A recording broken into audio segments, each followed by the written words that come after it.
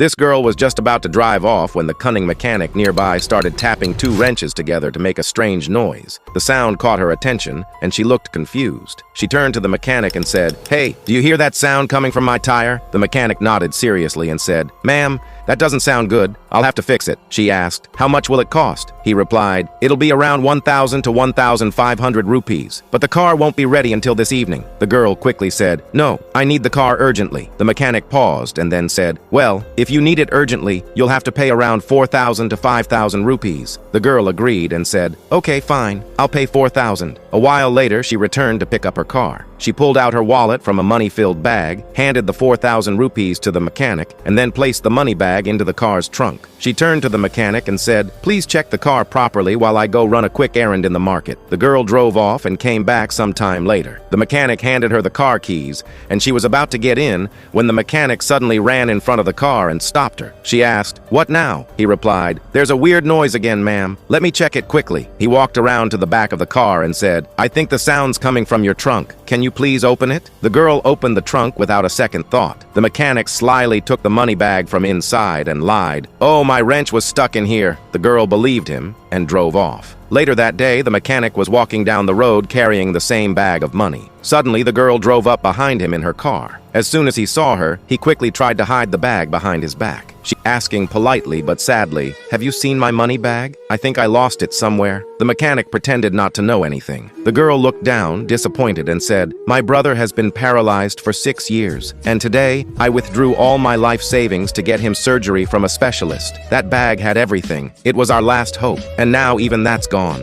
She wiped her tears and softly said, "I'm sorry to bother you," and began to walk away. The mechanic stood frozen, overwhelmed with guilt. He thought to himself, "I was going to waste this money on a good time, but if I keep it, her brother might never walk again. I've made a terrible mistake." Moments later, he ran as fast as he could. The girl's car was still waiting at a red light. He reached her just in time, breathless, and handed over the bag of money. He looked her in the eyes and said, "I'm sorry. You deserve this more than I ever could." The girl stepped out of the car, tears in her eyes, and whispered, "Thank you." She held his hand and said, "May God bless you. I'll never forget this."